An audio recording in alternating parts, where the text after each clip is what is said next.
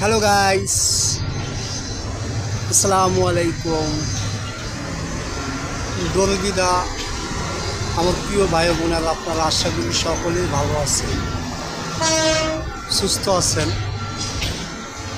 দাদা ভাই, আমি আপনাদের জন্য দোয়া সর্বক্ষণ করে দেই। আল্লাহ যদি কবুল করে নেয়, তবে আপনারা আমার জন্য দোয়া করবেন, আমি আপনাদের জন্য দোয়া করি। তবে দাদা ভাই, এটা গাড়িটা চলে যাচ্ছে, একটু কথাগুলো শুনেন, ভিডিওটা না টেনে।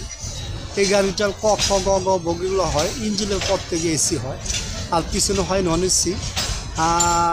দাদা ভাই, ঢাকা কমলাপুর স্টেশন থেকে ছেড়ে যাচ্ছে রেলো জয়ন্তী এক্সপ্রেস।